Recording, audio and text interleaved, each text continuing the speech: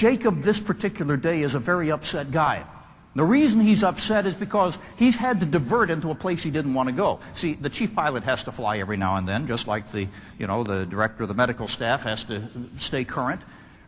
And he's gotten out and gone in a 747, and he's taken this charter down to the Canary Islands, and he's going to turn around, pick up another group of passengers, take them back to Amsterdam. Then he'll get off, go back to the office, and somebody else will fly the airplane on. Except it's not working that way. Murphy has gotten in the works.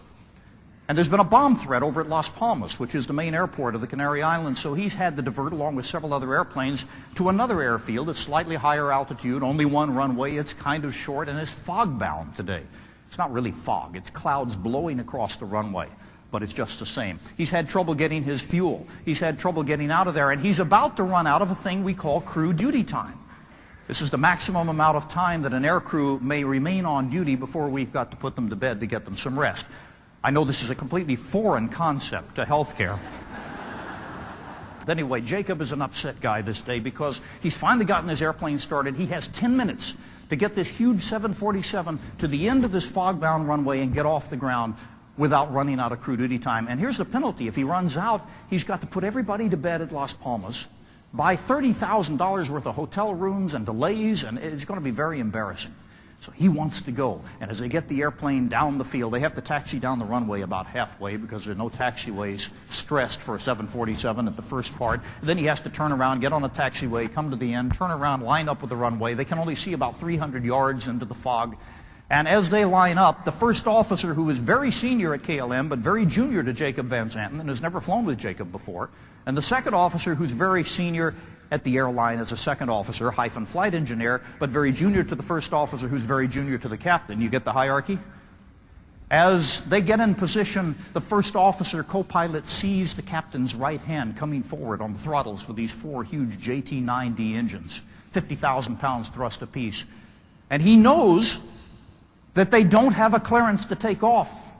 On top of that, they don't have what's known as an air traffic control clearance to actually go over to Las Palmas. And he turns toward his commander with wide eyes and says, "Sir, we don't have a takeoff clearance."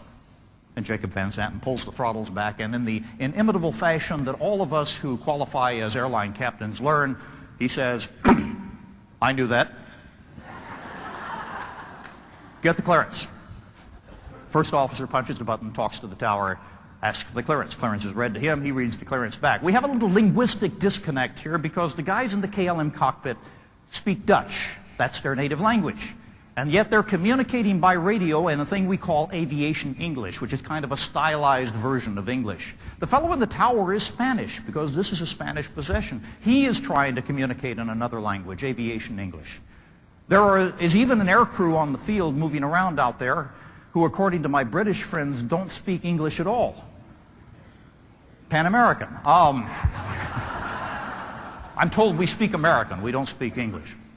At any rate, there is a linguistic disconnect, so when the first officer is finishing his readback and notices with increasing horror that the captain's hand is once again coming forward on the throttles, because they have now the air traffic control clearance, but they still don't have the physical clearance to take off. These are two separate clearances required.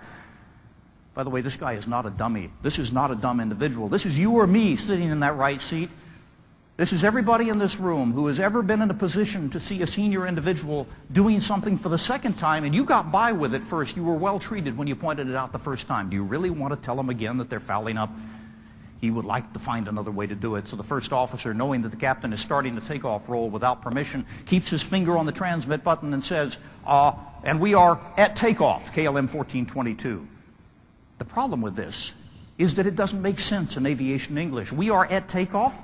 But as we are wont to do as human beings, we fill in the blanks, don't we? You expect to hear something, and it's close, so you just go ahead and fill in the blanks. We are at takeoff. We are in takeoff position. Yeah, that'll work. That's what he means. We're in takeoff position. However, there's something wrong, and the tower controller is not really satisfied with this. And the controller presses his transmit button and says, "Okay, stand by, KLM, I will call you." But before he can get the second part of that phrase out, somebody else who's worried transmits, and the two transmissions cancel themselves out, and the only thing heard in the headsets of the KLM crew is the word "okay." "Set power," says Jacob. "V go." Now the first officer's attention is entirely skewed to serving his commander as this big jet begins to roll forward into the fog. 5 knots, 10 knots, 20 knots. There's another radio transmission out there someplace on the air patch. And the first officer and the captain are too busy with the takeoff roll to really pay attention to it. But the second officer, flight engineer, the guy who sits side saddle, he hears this and it worries him. And he leans forward at 35, 40 knots and says, "Is he not clear then, that Pan Am?" 50 knots, 55 knots, 60 knots. "What?" says Jacob. "Huh?" says the first officer. 65 knots, 70 knots.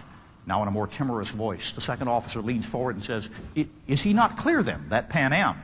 75 knots, 80 knots. "Yes," says Jacob angrily, unhappy to be interrupted in the middle of his takeoff roll. "Yes," echoes the first officer, and the second officer sits back, shuts up, says no more. 90 knots, 100, 105, 110, 112 knots. They finally come out of the wall of fog, and they can see ahead.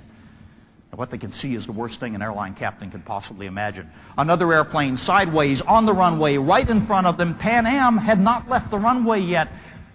Van Zanten pulls the yoke into his chest as hard as he can. The airplane's nose comes off the ground. He beds the tail in the concrete. 50 yards of sparks as the big bird begins to lift off the ground. It's 25 knots too slow, and yet he leaps it off the ground, and for a moment it looks like he's going to make it. The huge Pan Am logo slides past the left side of the peripheral vision of the cockpit. The nose gear passes safely over the back of Pan Am, but the body gear and the wing gear don't make it. They bite through the back of the structural integrity of the other 747. Its wings fall to the ground in flames. It comes apart. KLM's undercarriage is ripped away from it along with 40 knots, and it falls back to the runway in flames. And within 30 seconds, 572 human beings lose their lives.